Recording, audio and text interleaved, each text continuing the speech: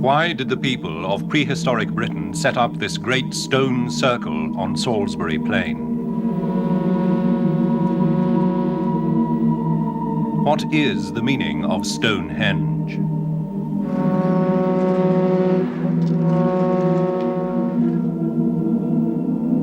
Were Britain's other rings of stone centers of an unknown pagan cult? Were they places of sacrifice and death? Were they observatories where 4,000 years ago astronomers plotted the courses of the sun, moon, and stars? Now is the dawn.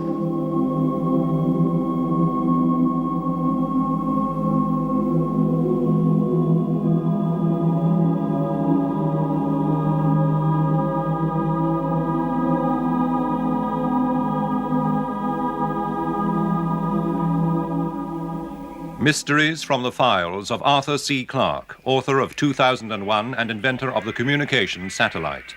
Now in retreat in Sri Lanka, after a lifetime of science, space, and writing, he ponders the riddles of this and other worlds. Everyone must feel awe, indeed reverence, at a place like Stonehenge.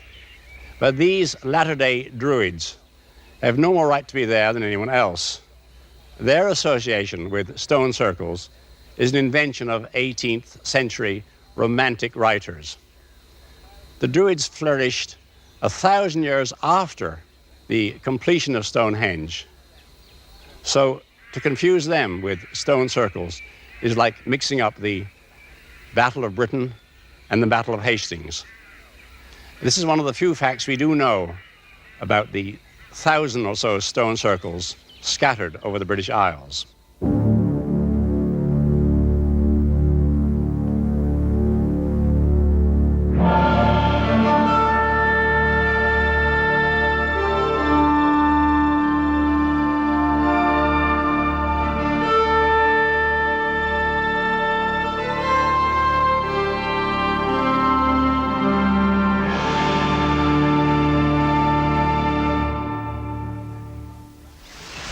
I'm standing amongst the 2,000-year-old ruins of Anuradhapura, the ancient capital of Sri Lanka.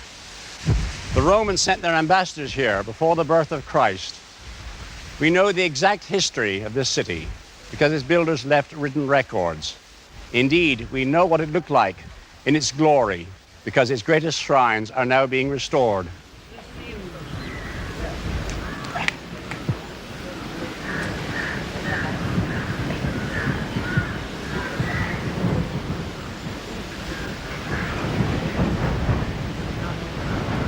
By contrast, the hundreds of stone circles scattered over the British Isles are a complete mystery. Their builders left no record of their thoughts or their motives. More than 1,000 circles and henges have survived into modern times. The power of their lingering magic has outlasted the rise and sometimes the ruin of Christianity.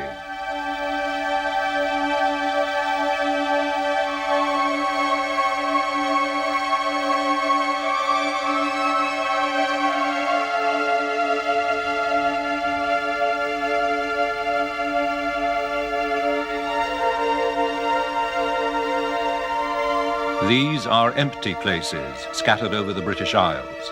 The ground they stand on holds few clues to their purpose.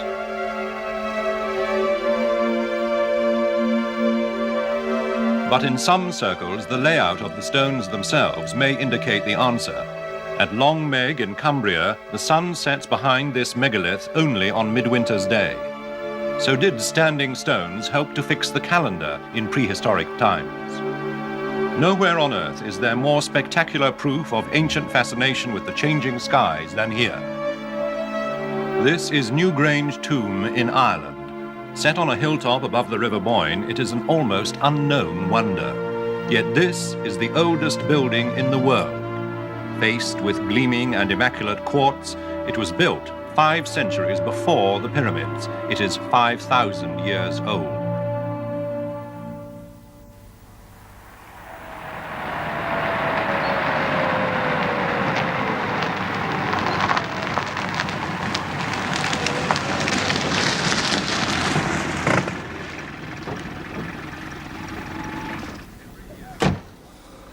Every year, on one special day, Newgrange Tomb is a place of pilgrimage for the archaeologist who restored it, Professor Michael O'Kelly.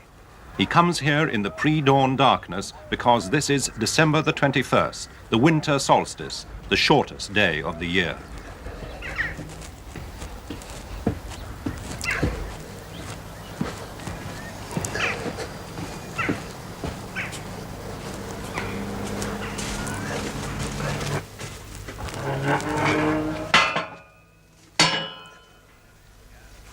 Professor O'Kelly began to unlock the secret of Newgrange when he uncovered a strange slit above the door. At first its purpose baffled him.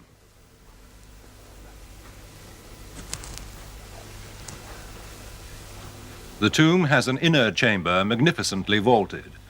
Oddly, it contained the bones of just 4 adults and 1 child. His hunch was that the slit above the door was to let the sun into the tomb, to wake the spirits of the dead. This would probably happen, he thought, at dawn on Midwinter's Day.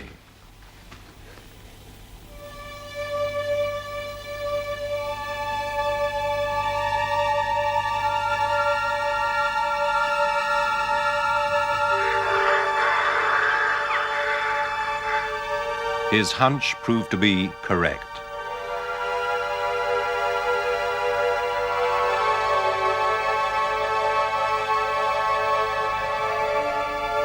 Through the slit on the shortest day of the year come the first rays of the sun as it rises above the ridge on the far side of the River Boyne. Michael O'Kelly will never forget the first time he witnessed the astounding phenomenon which the builders of Newgrange designed their Stone Age cathedral to capture. The first shot of orange-red light penetrated right to where I was sitting, gradually widened to a 17-centimeter band, illuminated the whole interior.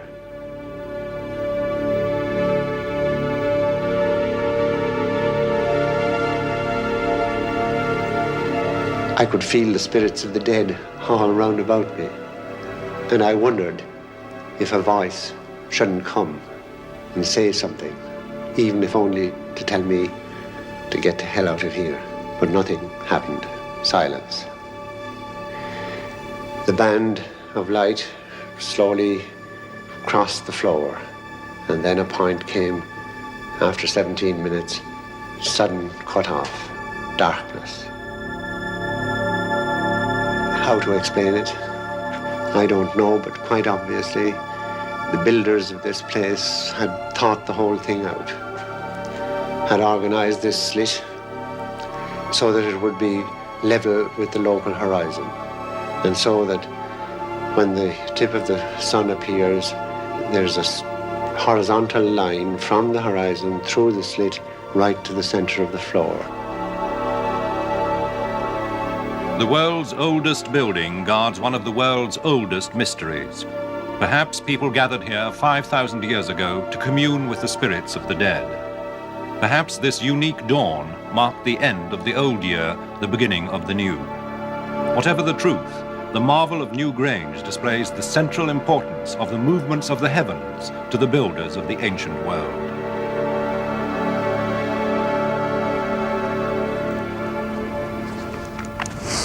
Far to the north, in the Scottish Highlands, Dr. Archie Tom believes he has proof that standing stones mark full-scale observatories used by prehistoric astronomers.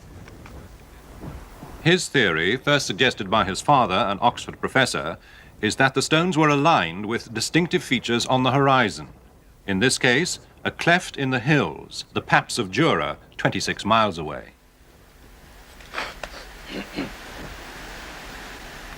The Tom's surveys suggested that the astronomers stood on this platform known to be man-made. In an age when Scotland enjoyed fine weather, they could fix the date of the winter solstice by standing in line with the stone and watching the sun set precisely in the cleft of the hills of Jura.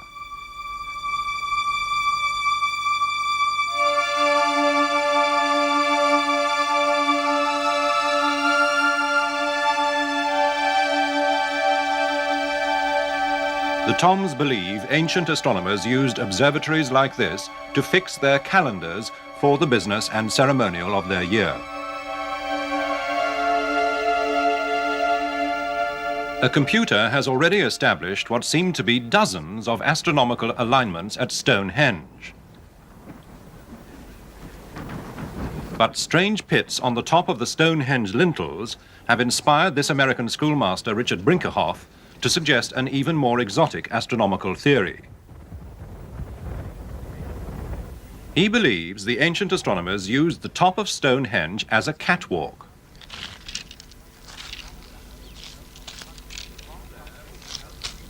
From there, with the help of sighting poles stuck into the pits, they could observe important developments in the cycles of the moon. There are 11 pits altogether, probably. Perhaps more, obscured by later erosion. These two particular holes, like all the others, were probably used as sites by people on top of the lintels yonder, looking past them at moonrise on the distant horizon. The northernmost point that the moon ever rises on the horizon, as seen from across the circle, is identified precisely by the farthest of these pits behind me, above which the moon rises once every 57 years. The northernmost point that the sun rises is identified seen by a man across the circle, is identified by the pit right there in front of me. All of the pits between these two identify intermediate stages in the moon's motion northward along the horizon in those regions where the sunrise never occurs.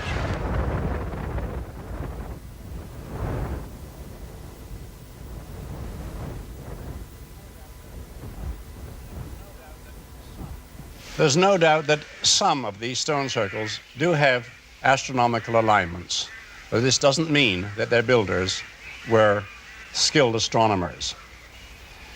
As for the other circles, the majority, well, perhaps they were no more than meeting places, the equivalent of the village hall, if you like. We can't prove this because all this structure has disappeared except for the basic stones. Look at this forest of columns around me. No one would ever have guessed what this was. In fact, these pillars were the foundations of a very tall building, many stories high, built about 2,000 years ago. But all the wood has vanished. So today it's impossible to guess what the original structure was like. And that may be the case with the still unexplained stone circles. But the incredible scale of this circle at Avebury in Wiltshire almost defies modern explanation. It covers 28.5 acres and encompasses a whole village. In the ancient world, some experts believe, it must have been such a showpiece that Stonehenge, with its weird arches, was built later as a rival attraction. Avebury must have been a massive undertaking. Its construction leaves archaeologists awestruck.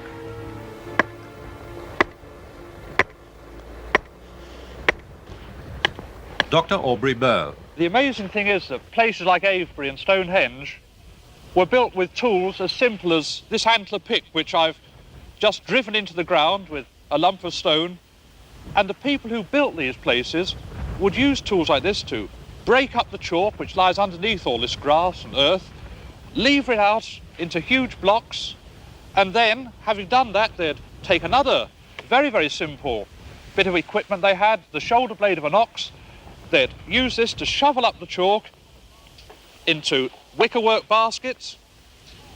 Chalk, which of course was as hard as rock. It's not as soft as the sort of stuff we use in classrooms. It really is very, very hard. They'd get it into a basket like this and then, hefting it up onto their shoulder, they'd carry this up the sides of the ditch to the bank, where they'd dump load after load after load of it until the bank was 30 or 40 feet above them.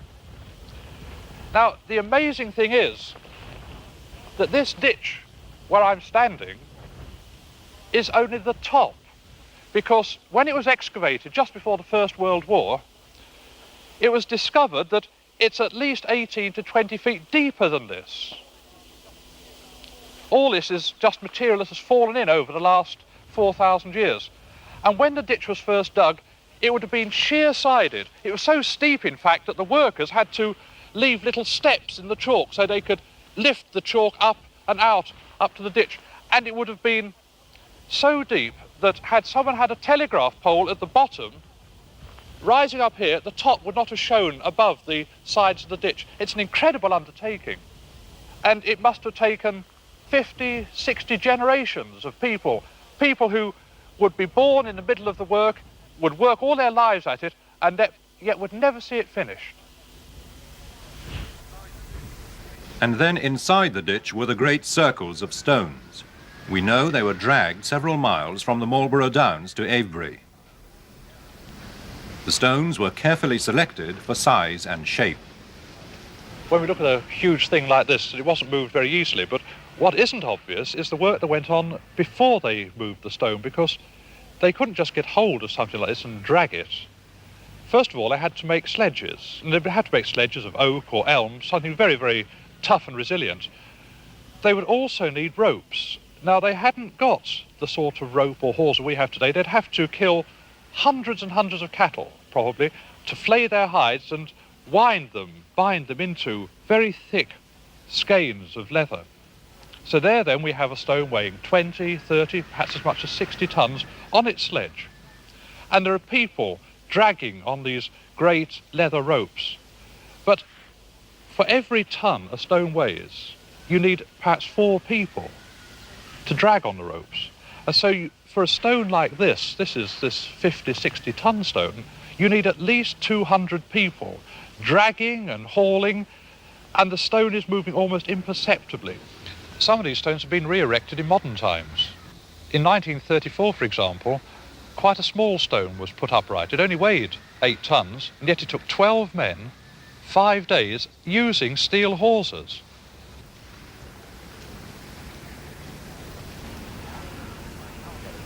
At circles like Castle Rig in Cumbria, the construction was easier, but the layout is often puzzling.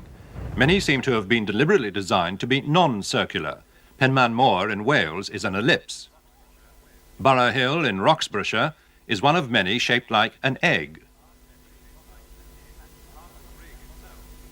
Castle Rig itself is a flattened circle.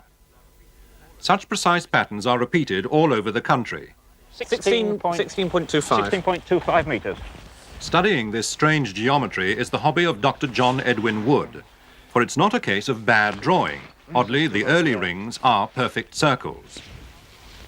Deducing how Castle Rig was laid out is a challenge.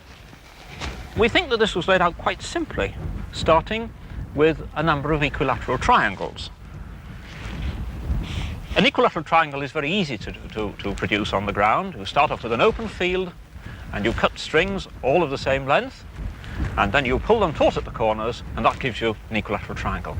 And this was built up with 4 equilateral triangles with ropes and pegs like this. 1, 2, 3, 4. And they put a peg there, and a peg there, a peg here, and a peg here. Well, we think that it was probably laid out like this. Now, this represents Castle Rig, and the stones are shown by the black blobs on the plan. And these pins are the positions where they would have had to put the pegs in to lay out the stone circle. And we think they started with a rope from that pin direct to this one, and then round to make the circumference of the circle start there. And notice how it swings round to that one, and then it comes free to give you an arc of a circle of a different radius, and when you get to here, it catches up again on this one to make the other little arc. And now the next thing that they would have done is to transfer the rope to that peg and complete the rest of it by allowing it to swing round the centre peg all the way, so that finally you get the full geometry of the Castle Rig ring without anything more elaborate than strings and pegs. The stone circles of the British Isles are strange, indeed haunting places. Many of them have precise astronomical alignments, which must have required great skill. For others, the geometry is very obscure. We simply don't understand the motives of their designers. But there are clues from this circle in Aberdeenshire that these places were indeed the cathedrals or temples of the ancient world. Oh, most of they're local stones, or granite from... Castle Fraser has been studied by Dr. Aubrey Burl. There's an extraordinary feature in the Aberdeenshire circles, a great stone lying on its side, flanked by two uprights. Well, this stone's the recumbent, and you can see why it's called that, because it's just lying flat between these two huge stones. One of the remarkable things about these stones is that they're absolutely horizontal. If we put a spirit level on it just like that, look where the bubble comes, right in the centre. The people obviously have shifted and balanced these stones because they have bases that are shaped like this, and they can be rocked to and fro until they're absolutely level. Then they bang these huge chock stones in underneath. The presence of the recumbent stone has given Dr. Burl an insight into the minds of the circle builders. These are places of dread. People who built these circles were people who had very insecure lives. They had no knowledge of what caused a blizzard or a drought or an epidemic. They saw their children dying, they saw their crops failing. Not every time, but when it did happen, they had no means of stopping it because they had no understanding of it.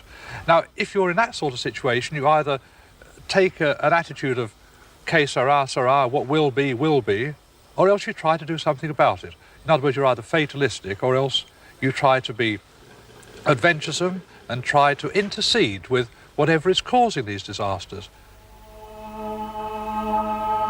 The recumbent stone told Dr. Burl what the people who built this circle turned to for help in their uncertain world. He found the stone had been placed between the southeastern and southwestern points. They were concerned with one and one phenomenon only. That was the moon up in the sky. Because the moon rises towards the southeast, it sets towards the southwest, and there are nearly 50 recumbent stone circles where it's possible to work out exactly in which direction a recumbent stone is directed, and every one of them is directed just to that position where the moon would pass between one flanker and the other flanker, passing over the recumbent stone and then setting. The moon must have been an object, I think, of very special reverence, if that's the right word, to these people. We don't know how they regarded the moon, but we do know, even from today's astronomical observations, that to pass from one flanker to the next, the moon must have been slowly moving across the recumbent for 1, perhaps 2 hours. And it must have been at that time that the people performed their ceremonies. But there's rather more than that. The moon has a very peculiar motion in the sky, and once about every 19 years, the moon is very, very low on the southern horizon, very low indeed. And at that time, instead of being high up, it would have appeared almost to roll along the top of the recumbent stone, a magical moment for the people. Although there are some clues to ceremonies enacted on nights of the full moon, the ashes of fires, even the pitiful remains of many different children, the stones keep their eerie secrets. When we look at circles like these, at least I am always very much aware of a mystery surrounding them, because we can collect so many facts about them, we can make so many deductions about them, and yet in the end, when we stand in a ring like this on a beautiful moonlit night, I am more aware of mysteries than of answers. I can see shadows, but what I can't see, however hard I try, are the people who built them. I know something about their lives. I know their lives were short. I know their children suffered. I can understand why they put up these stones. But what actually went on inside the rings, the actual beliefs of the people, these are matters which escape me, and I suspect will always escape us. You know, it's like reaching out into the darkness. You can go so far, but in the end, you can never touch them. You're always reaching for a shadow.